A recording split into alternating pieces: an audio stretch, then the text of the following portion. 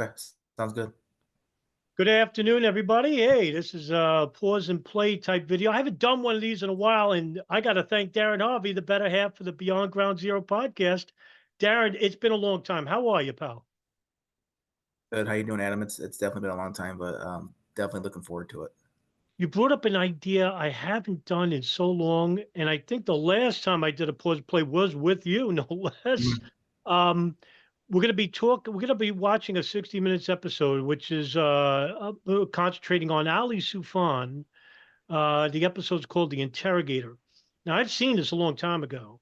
And when you recommended it that we should do one, I went and watched it early this morning with breakfast just to, give some Mhm. rehash because I haven't seen it so long.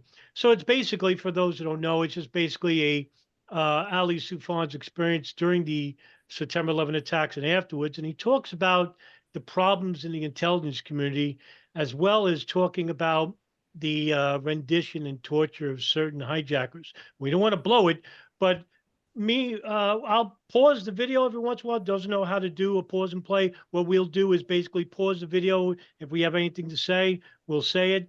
And that's how a pause and plays work. But so, without further ado, here we are.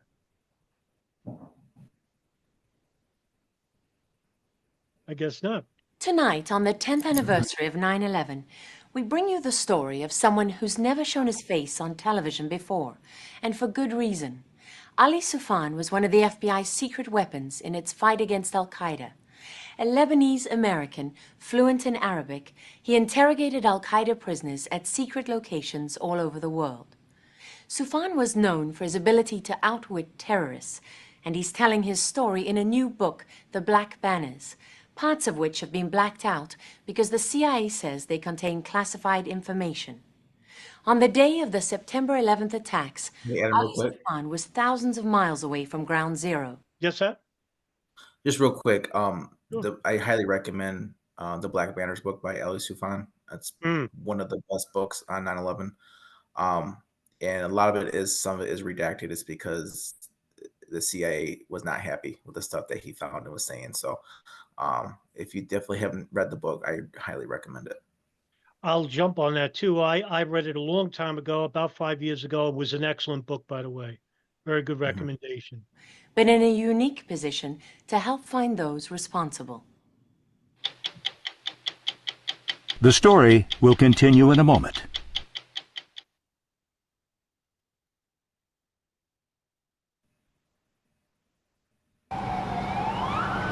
What was your first thought? It was Al-Qaeda.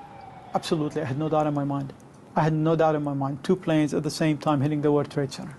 On 9/11, FBI agent Ali Soufan was in Yemen, where his New York-based team had been investigating the deadly al-Qaeda attack a year earlier on the USS Cole.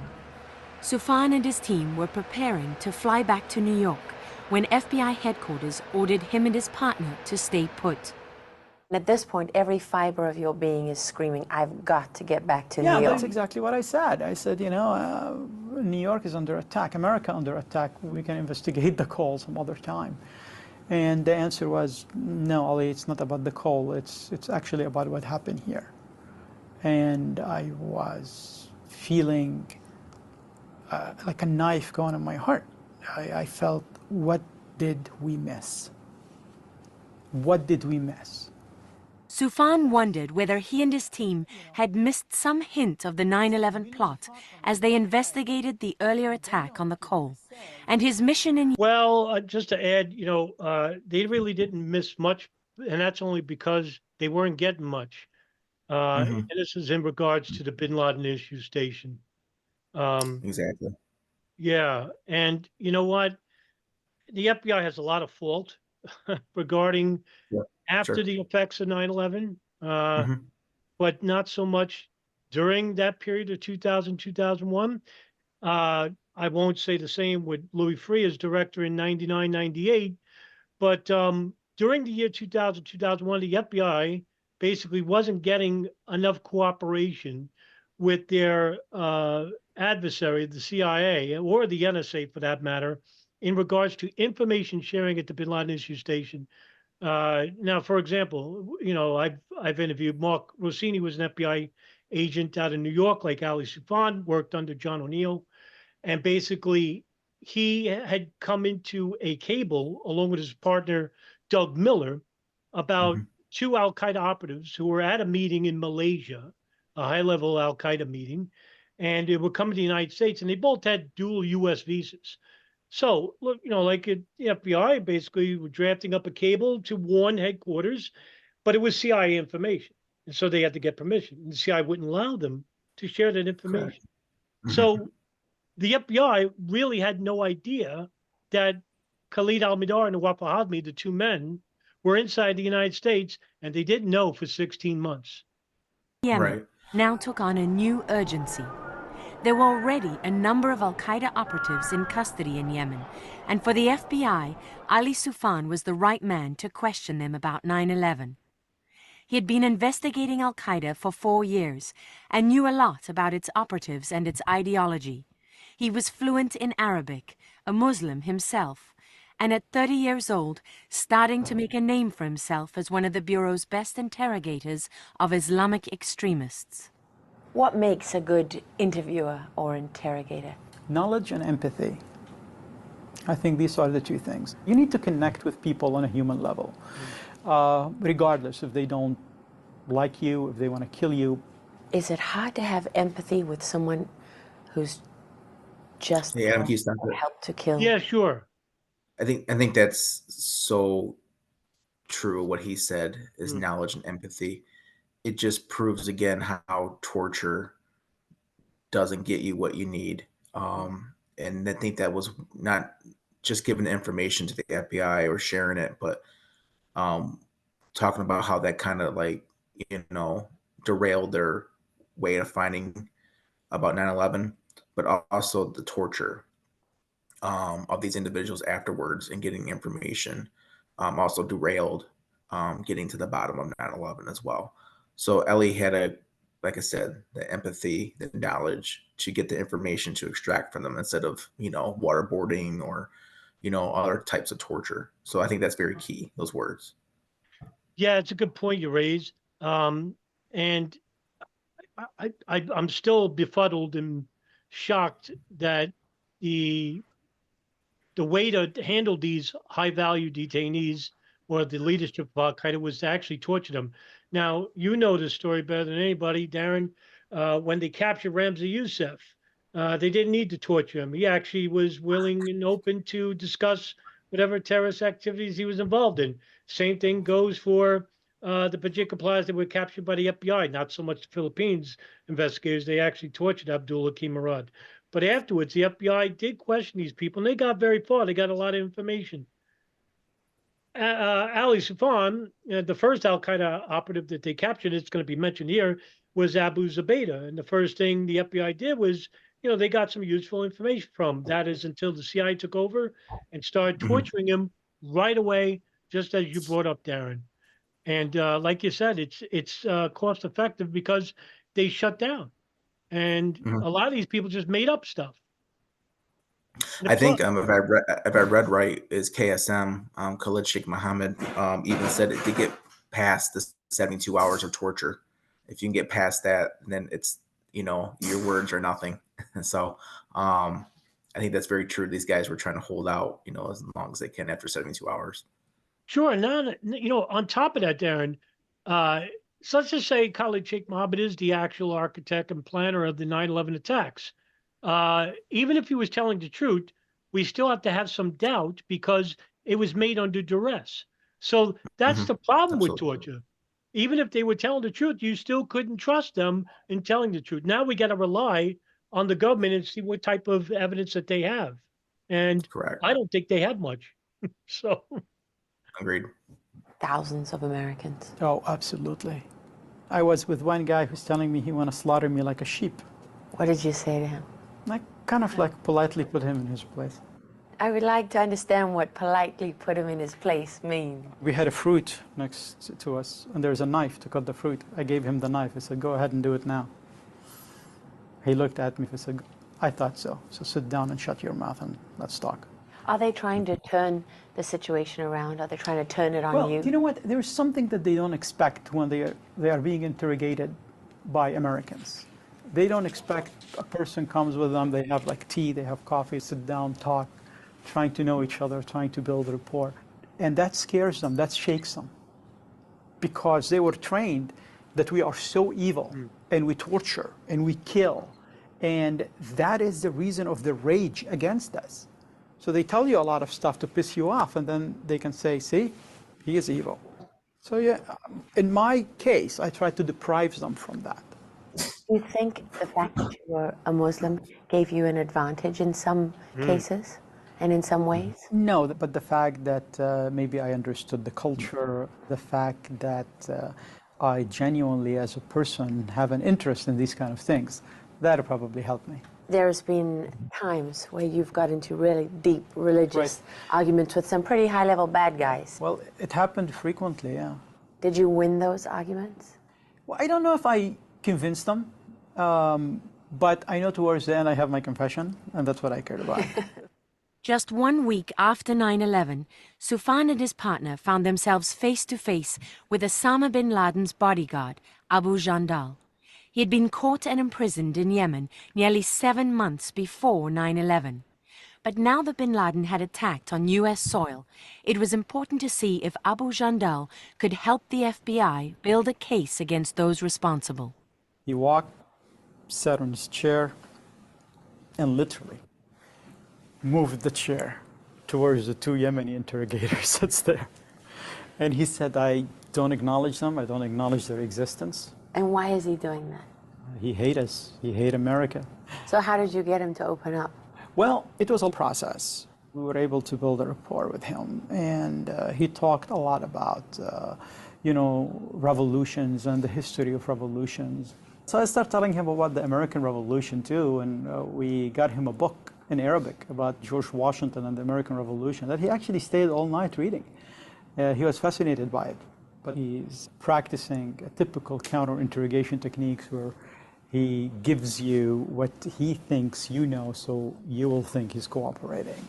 Soufan says when Abu Jandal looked at a book of photos of known Al-Qaeda members, he identified very few and kept passing over the photo of this man, Marwan al-Shihi, one of the 9/11 hijackers. Hey, Darin, just to pause, you told me about, I had no idea about the story of Marwan al-Shihi and Abu Jandal. Yeah, it's a fascinating story. So actually, Abu Jandal actually cared for him when he was sick. And he would give him soup, keep him dehydrated, and he cared for him. And he had a connection to Marwan al-Shihi, and that's how Ali Soufan perfectly used this against him to, show that Al-Qaeda was involved. So yeah, it's because I believe Jandal was denying that he knew these guys, and then eventually he opened up to knowing these guys after Ali's interrogation. Yeah, when you told me the story, I never heard of it before, and I thought that was really fascinating. That there's a connection between bin Laden and the hijackers once again. But yeah, I didn't know that because Marwan al-Shihi went to the Al Farouk training base, and Abu Jandal may have been in the area, and that's how Marwan al-Shihi had ran into him. I don't know what happened, maybe a flu or something, but yeah, I looked up the story. It's absolutely correct. That's right. Yeah. Soufan knew Abu Jandal had cared for al-Shihi years ago when he was very sick. So the fact that he was not identifying him immediately was a signal to you that he was not being honest. Exactly. So I said to him, so you want to tell me you don't know this guy? Kandahar, December 1999, Ramadan, he got very sick. You were nursing him and putting soup on his lips so he won't get dehydrated. I took the book. I said, let me make it very clear to you. You don't know how many people in the book works for me. You don't know how many people in the book we caught, and they're cooperating. And that is the card that I have to know if you're cooperating or not. So why don't you look at the book again? He identified almost everyone in the book. Among those Abu Jandal identified as al-Qaeda members were 7 of the terrorists who flew planes into the World Trade Center and the Pentagon. I just want to see, Almost. Yeah, so it looks like it's that's Ahmed Al-Ghamdi, Nawaf Al-Hazmi, Khalil Madar, Marwan Al-Shehi, Muhammad Atta, Mohan Al-Shari, and then Salim Al-Hazmi. So Darin, those that were is fantastic. That's correct. yeah, and then so let's see, 2 of those guys were on flight 77. Right, no, 3. I'm sorry, 3. Yes. And the other two, let's see, no, other 3 were on flight 175, right? And then Atta was just 11, right? That's correct. Very good. Yeah, that's right. I believe that. And I think basically here, the plan was still, by the way, for those who don't know, Atta and Al-Shi were pilot hijackers. What a lot of people don't know is that both Nawaf al-Hazmi and Khalid al-Mihdhar were also supposed to be pilots. But then they were selected by bin Laden, take that with a grain of salt, but they were selected to be pilots, but they didn't go for their English classes, which is required to get your pilot's training. And they were replaced later on by Hani Hanjour.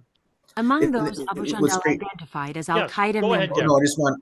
I just want to point out with Flight 77, people talk about Hani onshore as well. I did read an article saying that Mojad Melked was actually a pilot too. So it's like we don't really know who was officially behind piloted. Yeah, right, so right. That's the whole thing. Like, oh, he's a terrible pilot. There's no way he could fly it, and that's what the conspiracies come up with. But it looks like there was numerous guys who had flight training on that plane that day.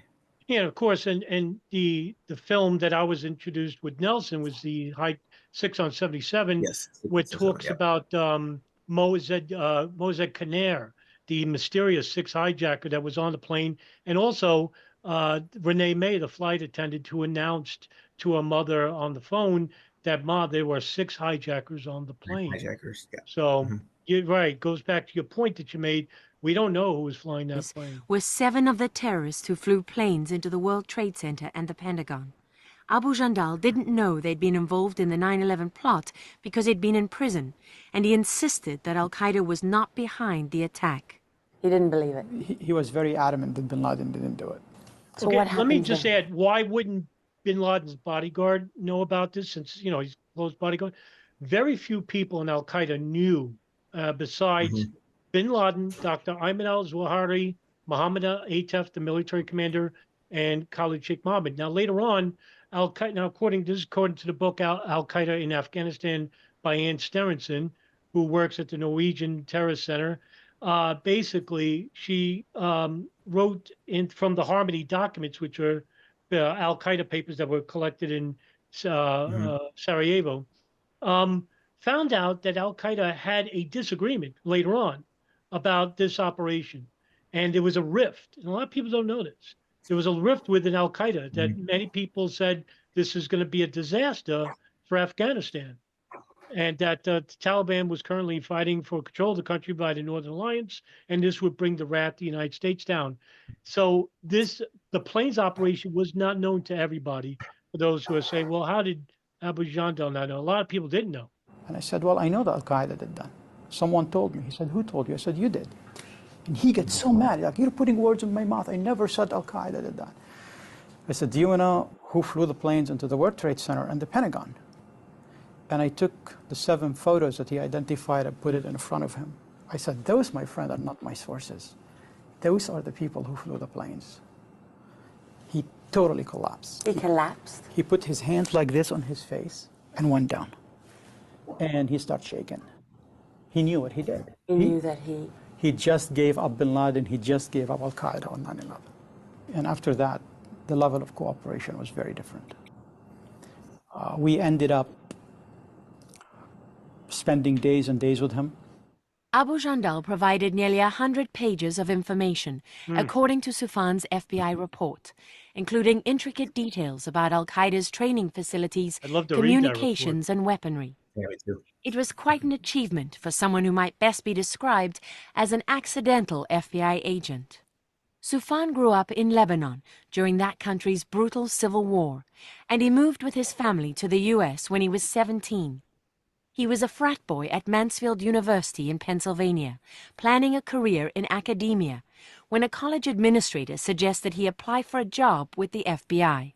When he said that, I was like, as if he was telling me you're going to be like in the circus, or you're going to be a, race car driver. I mean, FBI, what are you talking about? People were laughing. My friends. Your frat brothers. Yeah, were laughing. I'm like, they will send you back the application. A little bit of a challenge. I mean, I was like, okay, we'll see about that. In 1997, after getting a master's degree in international relations, he joined the FBI's New York office as a rookie counterterrorism agent. And he was little more than 3 years on the job when he was made the case agent for the FBI's investigation of the attack on the USS Cole. In March 2002, the U.S. captured its first high-value terrorist operative, Abu Zubaydah, after a firefight in Pakistan. Ali Soufan and his partner were called in to assist in the CIA interrogation at a secret location in Thailand. Abu Zubaydah was severely wounded, but still able to communicate. From U.S. intelligence files, Soufan had learned a lot about Abu Zubaydah, and he told us that he put that knowledge to good use right away. When I first met him, I asked him his name, and he gave me a fake name, a different name, Dawood. And I said to him, what if I call you Honey? And the look on his face was like, that's it, it's over. And he just looked at me and he just shook his head. He was shocked. Well, Honey is the name that his mother called him as a child. So he knew that I know everything about him. Why do you think it mattered so much?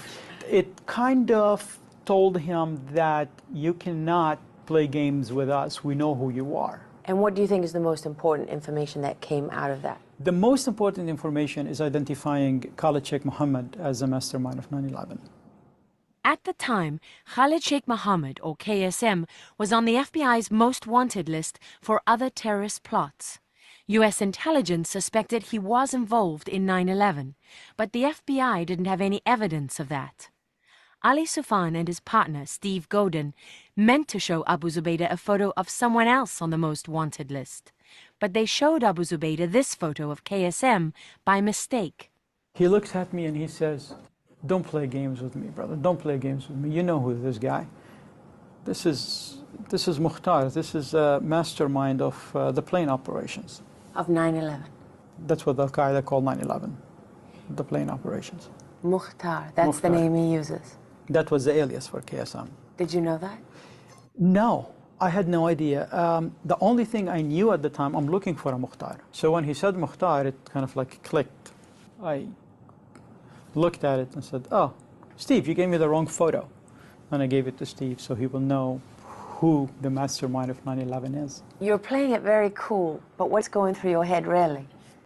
Holy shit, KSM is a Qaeda guy and he masterminded 9/11? It was an accident? Hey, Totally. can you stop it real quick? Totally. Yeah, sure. Just so I want people to know is, with KSM being the mastermind, there's debate for it too, and him also being Al Qaeda, because his nephew Ramzi Youssef, who was the first guy involved with the 1993 World Trade Center bombing, was not Al Qaeda, as well. There's plenty of things that we can talk about with those two. I think the number one is to maybe being contract terrorists instead of being Al Qaeda. It's because Al Qaeda was not involved in 1993. That was a totally separate event from Al Qaeda. So with KSM, and then we can talk about the Bojinka plot, which a lot of us believe, and Nelson has a great film on Bojinka regarding it being the blueprint. And these guys were not religious fundamentalists either. We know that they were partying in Manila, and they had girlfriends, and they're going to bars. And I remember KSM had a girlfriend. He flew in on a helicopter to impress her. That's right. Wearing Amani suits. These guys weren't religious fundamentalists that the government wants us to believe. They're totally different. So the notion of them being Al Qaeda, and listen, Ali is great, and Ali Soufan is one of the best guys available with 9/11, and his book is one of the best out there too. But I think we get too immersed in using Al Qaeda for everything, because I do think there was a bigger entity out there that was guiding Al Qaeda regarding 9/11. And that's just my feelings. I think you might agree as well, because we know so much involved besides just Al Qaeda, and there's other like I said, more entities out there. Yeah, it's a great point you raise, because and you're damn right, and I'm glad you raised it, because I hear even from preeminent experts, Peter Lance, for example, Lawrence Wright. These are authorities. They use the term Al Qaeda loosely. Now, look, being technical now, I've studied Al Qaeda for years. One of the first tenets of Al Qaeda is to swear bayat, which is loyalty to Osama bin Laden alone. And Ramzi Youssef had never met bin Laden, let alone Never met swear the guy. bayat, which he never did. Right. Khalid Sheikh Mohammed, the same way. Actually, Khalid Sheikh Mohammed joined Al Qaeda much later, but bin Laden tried to get him to swear bayat when Khalid Sheikh Mohammed was proposing the plane's operation of bin Laden, and he refused because Khalid Sheikh Mohammed said he liked the freedom of being a contractor. So he liked to move around and stuff. Like, he didn't like to take orders. But He needed to find a financier. That's and right. He knew bin Laden was money. That is right. I was just coming up to that. You read my my mind. bad. Yeah, no. Good point. Yes, that's right. So he joined Al Qaeda, but I think if he had some money, he wouldn't have been joining Al Qaeda. I don't think he would have.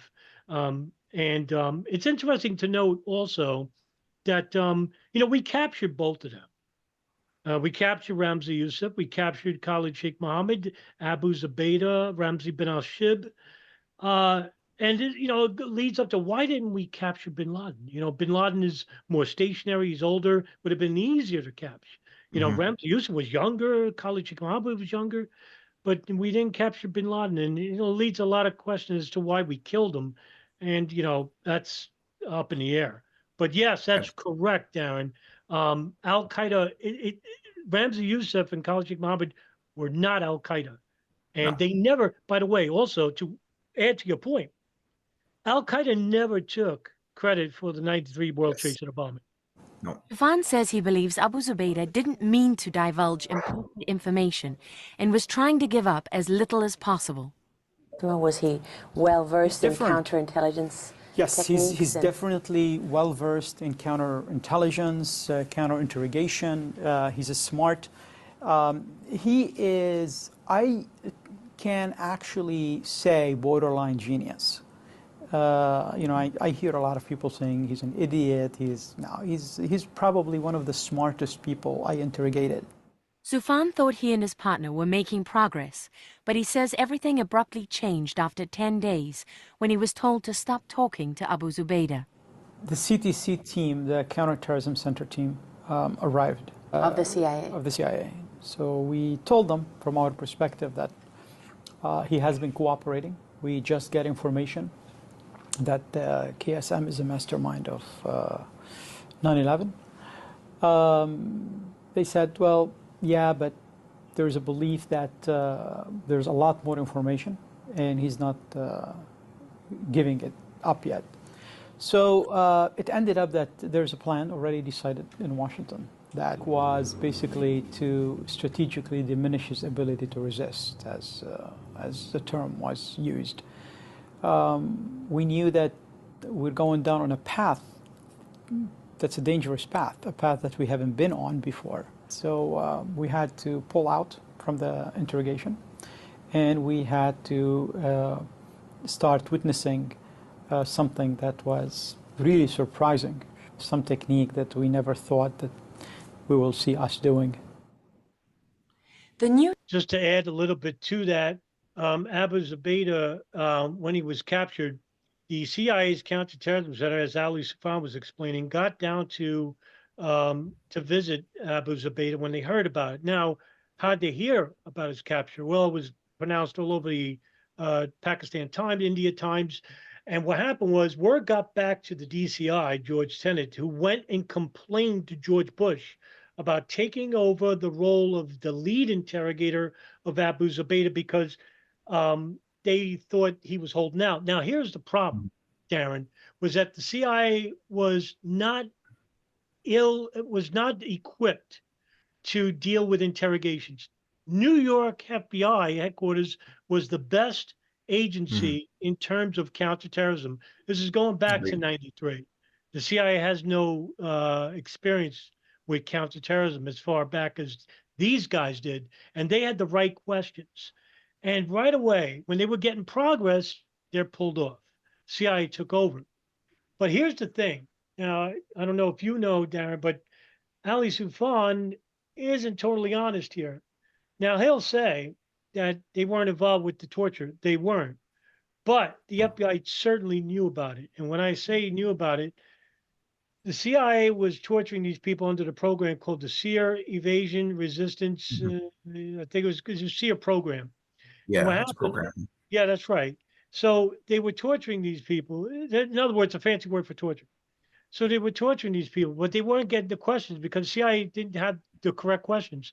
So they asked the FBI and they asked Ali Soufan for help. And on the other side of the door is the FBI.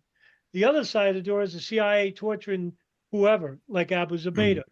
So they're getting questions from the FBI, but the FBI likes to distance themselves and say, well, we weren't involved with the torture. Well, that's not true because right on my bedside, Darin, and I'll pick it up real quick, is the review of the FBI's treatment detainees in Guantanamo, Iraq, and Afghanistan. And it's a 500-page report. Some of it's redacted, and basically shows that the Inspector General report for the FBI basically said that the FBI knew about the torture and were criticized for it, but they didn't participate physically in the torture. Do you have anything else to add to that, Joe? No, I don't. I agree with you. I mean, they knew torture was going on, and like you said, they just didn't want to be the ones actually doing it. But they'll give you the questions to ask. They kind of just want to like wash their hands clean, like, oh well, we didn't participate, but we did know about it. So yeah, absolutely. Techniques Ali Soufan is talking about included nudity, sleep deprivation, and loud music. It was the beginning of the tough and controversial methods that would ultimately include waterboarding and become known as enhanced interrogation techniques. What Ali Soufan witnessed and what he did about it when we come back. We didn't do too Adam, much. Yeah, sure.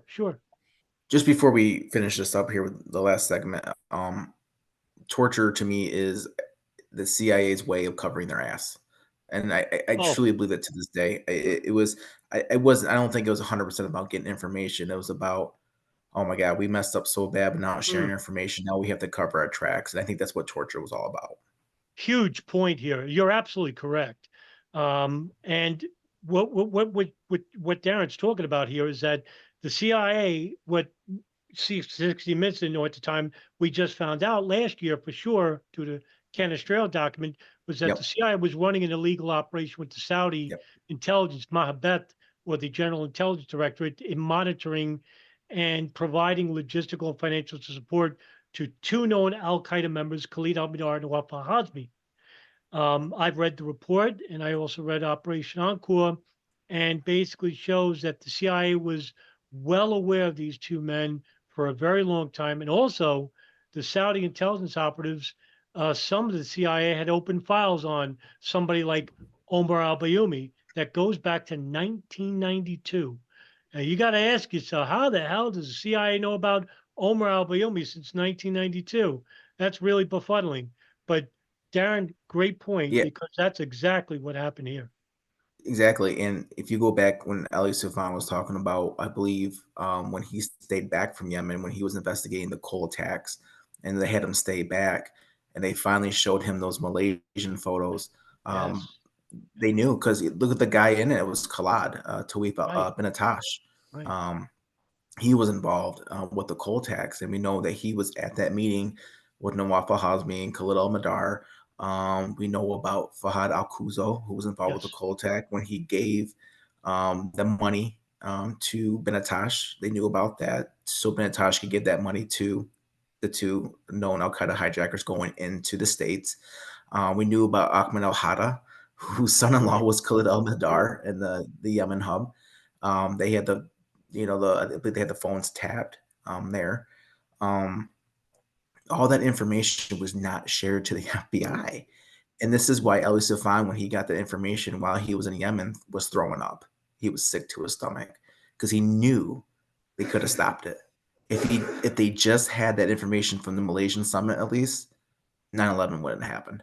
It would have been stopped. And I full-heartedly, believe that.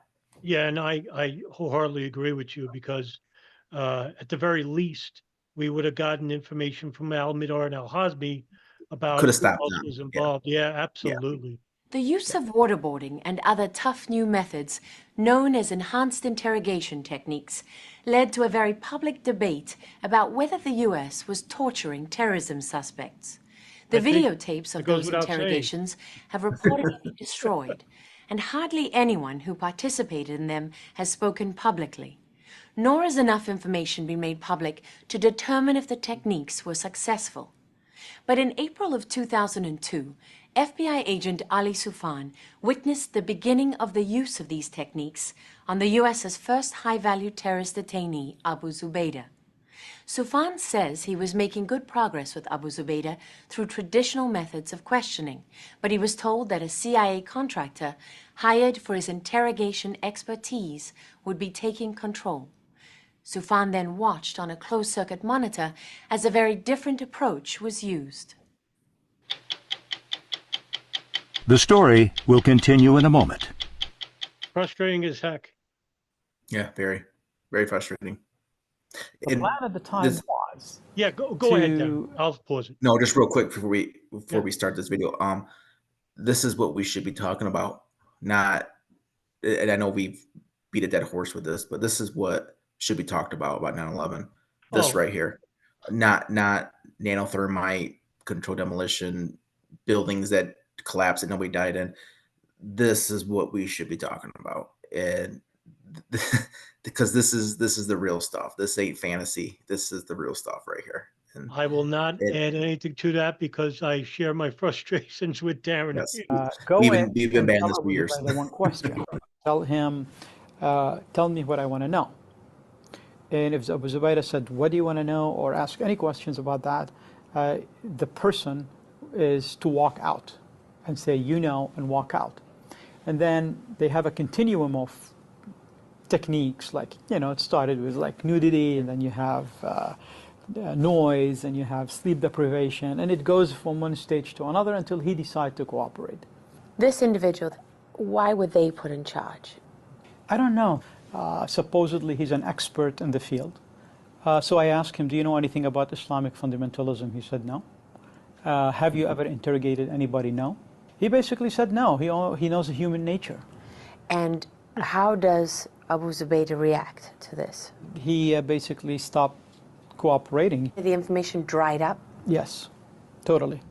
Soufan says that after several days with nothing from Abu Zubaydah, he and his partner and a CIA interrogator were allowed to start talking to him once again, and they obtained information that led the CIA and the FBI to capture this man, Jose Padilla, the American citizen accused of plotting to set off a dirty bomb in the U.S. So your feeling is, at this point, that your technique has started to work again? We're back, and more information start coming, and then suddenly, out of the blue, they said, "Wait a second, you guys gonna be out because we believe he's not cooperating anymore," which was really shocking for us to hear. So what did you do? What can we do? We're watching time pass by with nobody talking to a detainee day after day. No one even spoke to him? No, they go in, they say, tell me what I want to know. He says, what do you want to know? And you walk out. Period. That's it. That's the whole interrogation plan, if you want to call it. So there's something that happens. It escalates to a point where you decide that's it, you're leaving. What is it? There was a confinement box. That sounds like a coffin. Confinement box. And I came one day and I saw it in the facility. And I thought at the time we had the guy cooperating, so what's going on? I mean, that box was not made overnight. There's something going on and we don't know about. What was the box for? I don't know. I mean, definitely it's for Abu Zubaydah. But that was not Hey, Adam, real quick. Yeah, technique sure. that you were. It's funny because I think he's a little bit right there. I think he knows what it was for, and I think he knew why, because Zubaydah feared spiders, and I think they put spiders in the coffin Yes, with him. that's right. Yeah. So yeah, I think they knew. Ali Soufan, even though he's retired from the FBI at this point in the interview, he can't specifically give classified information. That's considered, believe it or not, classified information. Prepared to stick around for. No, I just felt that literally we're playing games, and I really cannot be part of this. Soufan claims he wasn't the only person that felt that way. At least one of the CIA guys said, you know what, that's not worth it. I'm not going to do this. He left. He left the location. Another CIA agent on the ground there. Actually, yeah, he left before me. And then we finally reported to headquarters that, this, what's happening, as I called it in the DOJ, Department of Justice, Inspector General report, borderline torture. Which I have here. And FBI headquarters said, we don't do that. And eventually, after that, they pulled all FBI agents from high-value detainees interrogations. Soufan never saw Abu Zubaydah again, and only occasionally saw these techniques being used after that. Now, let me add something to this, because this is the whopper in the case of Abu Zubaydah, Darin. In 2006, Abu Zubaydah had his Guantanamo military tribunal hearing, and his lawyer basically said that the CIA had given a testimony, and this was actually written by the New York Times in 2006. And wouldn't you know it, CIA said, in their own words, that after 2 years of torture, they found out that Abu Zubaydah wasn't just not a fighter, he wasn't even Al Qaeda. Yeah, And they apologized to him. After, who knows what the stuff they did to him was crazy. And I don't know how he could even go on in life with the stuff they did to him. Because remember when Bush said that he was like, what, number 3 or something like that? Like, Yeah, he was number one 3. Of the, number 3. Yeah, and of course Zubaydah was no more. Yeah, he wasn't nothing. He was an organizer. He knew of plots, but he was just pretty much an organizer. And involved in this. So yeah, it was ridiculous. Poor I couldn't believe it. And not only that, he's one of 3 prisoners there, held under the indefinite detention, and he's not facing any charges. But the military tribunal basically came to the conclusion that we can't charge him, but he's too dangerous to release. And I'm like, wait a minute. What makes him dangerous if there's no charges against him? He's languishing in Guantanamo forever. I think if you guys would read George Bush. Yo, go ahead, Darin.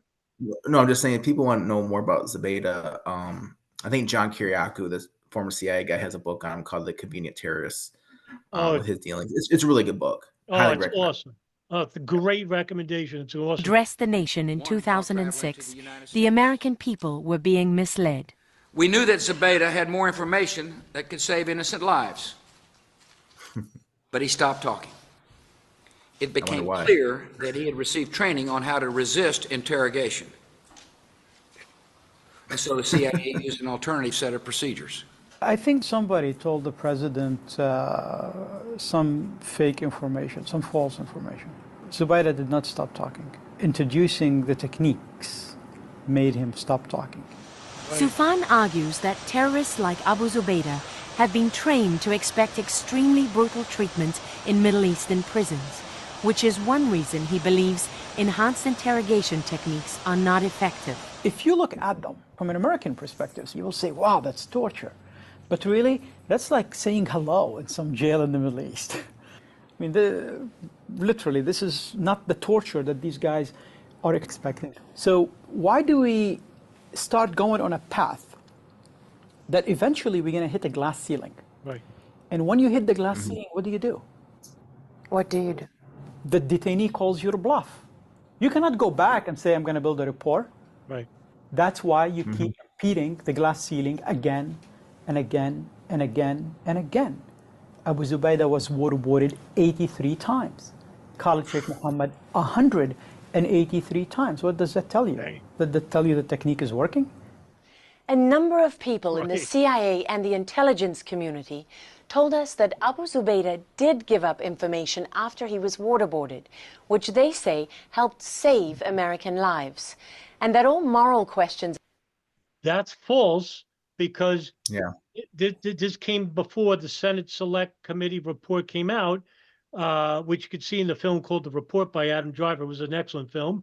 But anyway, the report says that no information was gleaned from torture, not one. So the State Department is wrong here. Aside, the enhanced interrogation program yielded significant intelligence, including information that contributed to the killing of Osama bin Laden. At least two former directors of the CIA, George Tenet and Michael Hayden, say that enhanced interrogation techniques do work. Sure. They have access to more intelligence than you. Absolutely. If you don't know everything, how can you be so sure that they don't work? Because I am privy to a lot of information that also I'm not telling you here. But is it possible for you to know all the information, everything that may or may not have been gained from these techniques? I'm not claiming that I know everything. I know what I know. The one thing that has caused Ali Soufan more anguish than anything else is the thought that the events of 9/11 might have been prevented if, he says, the CIA had shared certain information with him and his FBI team. Yes. While they were investigating the attack on the USS Cole in November 2000, Soufan's team learned that this al-Qaeda operative had met with other terrorists in Asia and This goes back to the point that you raised earlier, Darin, about the meeting with Malaysia with Khalid here. received a large sum of money. Soufan says he asked the CIA if it knew what this operative was up to. You made 3 formal requests to the CIA There was 3 formal through the requests. FBI chain, Right. and time and again, the CIA tell you what? They don't know anything. But Soufan says he later learned the CIA knew 8 months before 9/11 that this same operative had met in Malaysia with 2 terrorism suspects who would later hijack the plane that crashed into the Pentagon. And the CIA also knew that those 2 suspects were heading to the US. The agency knew that these kind of operatives in Southeast Asia flew to America or they have visas to come to the United States. And somebody decided, let's not share the information. And if it had been shared with you, what then? I tried not to think about that. I tried not to think about what could have happened. Yeah, he knows. Maybe. Thousands of American lives will be spared, maybe. The CIA told us any suggestion it purposely refused to share critical information on the 9/11 plots with the FBI is baseless.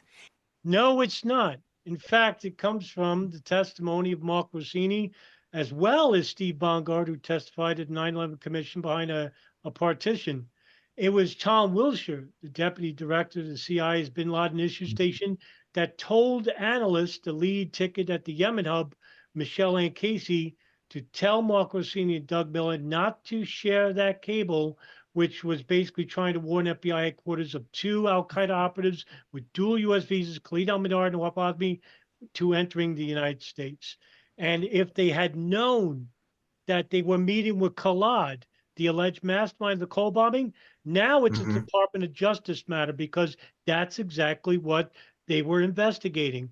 And since you now have a link with these 2 guys to al-Qaeda, a direct link with a terrorist event, well, now they can begin investigating. Well, the CIA didn't want that, so that's why they withheld the information. And these allegations diminish the hard work and dedication of countless CIA officers.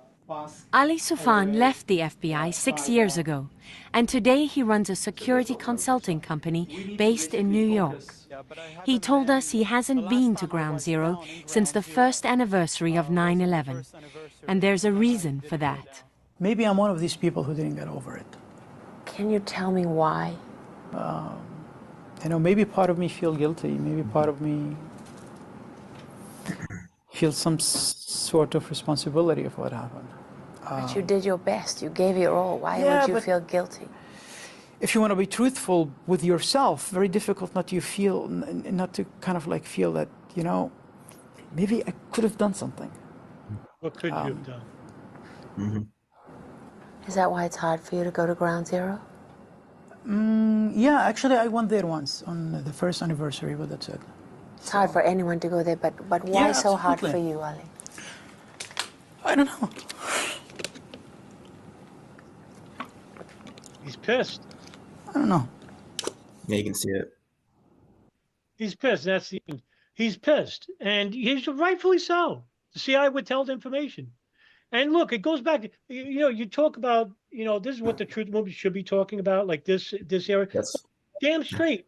Here's a big conspiracy. The CIA withheld information from the FBI that led to 9/11 attacks. Hey, by the way, we can have names here. We have Tom Wilshire, Deputy Director of the CIA, James Pavitt, Director of Operations CIA, George Tenet, the DCI. Fucking shit, heavyweights here we can name. But no, Yeah. off on a tangent, goes right to your point. Darin, yeah, I mean, goodness gracious. Yeah. Yeah, you can tell in Ali's voice and his eyes, just the anger, the sadness, knowing that he's not gonna tell you, but I think he's pretty confident that they could have stopped 9/11 if they had at least that information from the Malaysian summit meeting. Because he could have pinpoint Khalad, Fahad al-Kuzo back to the Yemen hub, to Ahmed al-Hada, Khalid Mihdhar. I can name names all day, but I can also name American names. You know, like you said, Tom Wilshire. Where's he getting his orders from? Well, Richard Blee. You have George Tenet. You have Cofer Black. You have all these guys that knew. These guys were in the United States and known Al Qaeda hijackers or operatives, or be eventually going to be hijackers. A Malaysian summit meeting with all the top terrorists there, with KSM and Hambali from Indonesia. You had everyone there, and you don't share that with the FBI because you're afraid the FBI is going to go in there and just arrest everyone and mess up your turf. And that's to this day, that's what I believe. It was a turf war battle where the CIA and FBI were trying to see who has the bigger dick, basically. Plain and simple. In this, you know, seriously, yeah, quite simple. And you know, and Cofer Black and others have said that, you know, they wanted to flip Al Qaeda operators. You got the Donald Canistero files that you've gone over and done numerous videos about that nobody wants to talk about. And if you want government complicity, you're that type of person. Well, here you got it. Here, man up, do the freaking research, and here you have it. Okay, you don't have to learn all these Arab names I've heard people complain about. It's good to know, but now you have American complicity in 9/11, not sharing valuable data to the FBI. And we got names. And what happened, and this is the people need to realize, is nothing happened to these people. They either got promoted or they stayed at their jobs. No one got fired. Nobody went to prison. You know how many people should have went to prison, Adam, for that day? Oh, tons. You know, and you go back to the Phoenix memo that you brought up today on Twitter. The Phoenix memo. You had Zacharias Massawi in Minnesota. You had all this complicity and not passing information along. And what happened? Well, 3,000 people died that day. And then the millions after with the war on terrorism. Innocent people. There's your war crimes. There's your complicity. Because you didn't want to share information because you didn't want to give up that turf war. You did not want the FBI to come in there and be the cowboys and arrest everyone. And that's from, you interviewed Michael Shore and he hated John O'Neill. He hated John O'Neill. You know, he said one of the best things that happened on 9/11 was John O'Neill was dead. And the building fell on him. That's what building fell on him. the only good thing about 9/11. The World Trade Center collapsed on John O'Neill. And those two guys were supposed to be working together and sharing intel. Well, with quotes like that, you ain't sharing no intel. Yeah, really. So like I said, it's always beating a dead horse what we say, but this is what we should be talking about. This is what we should be tweeting. This is what we should be talking about in whatever capacity you can. Nanothermite, control them. No, forget that shit. This is what we should be talking about, because we got names, we got complicity, we got American names, we got Arab names, we got them all. And here we go. And this 24-minute piece from 60 Minutes from Ali Soufan is a lot of people, I don't know, a lot of people don't know this, but that's one of the most valuable pieces you're going to find. Yeah. And look, there's nothing I can follow up with that. And everything you just said is, unfortunately forgotten about or just ignored by mainstream media, which is predictable. But from the 9/11 Truth Movement, one movement you'd think that would investigate every facet of 9/11 instead of ignoring majority of the. I mean, we can spend an hour on the Truth Movement, but it's poisoned to the point where there's no point of return. And I hate to say that, but unfortunately, that's the way it is. So yeah, I'm with you at the point, because I don't even bother with them anymore. I just tend to stay on my own anymore. I'm either blocked by them or I blocked them. I don't have any dealings with them. It's a headache. It's a headache. It really is. I'm just focused on what we're doing and trying to get the truth out and information that's available and that's been known, not conspiracies or fantasies. This is what really happened. Darin, let me ask you before we sign off, what projects are you working on? What do you got this year for us? Well, I'm working on, I do have a podcast with Sean Russell, which has been stopped for a little bit just because we're working on some things, but hopefully we get back to Beyond Ground Zero podcast with Sean Russell, who's another 9/11 researcher who's in his every right, very good, one of the best out there. Homework and stuff. Yeah, absolutely. Great researcher, great mind, very, very intelligent man. We also have Nelson Martins, aka DJ Thermal Detonator, who I consider probably the best in the world at 9/11. I know he doesn't like to hear that, but one of the best along with you. But yeah, I got some projects with him, working on some stuff there. I definitely want to do some more writing. I'm going to talk about the GIA, which is the Islamic group there in Algeria back in the 90s, and one of their hijackings they did in 94, which was Air France 8969, and how I think that could have been a precursor to 9/11, and how places like, or groups like Al Qaeda and others have maybe got the idea for it, because this is before Bajinka. So yes, that type of stuff there. Just some writing, got some books, some reading, maybe do some more stuff with you regarding this, some pause and play. There's a ton more stuff that we can discuss, but I thought today was a good example of what we should be talking about regarding 9/11.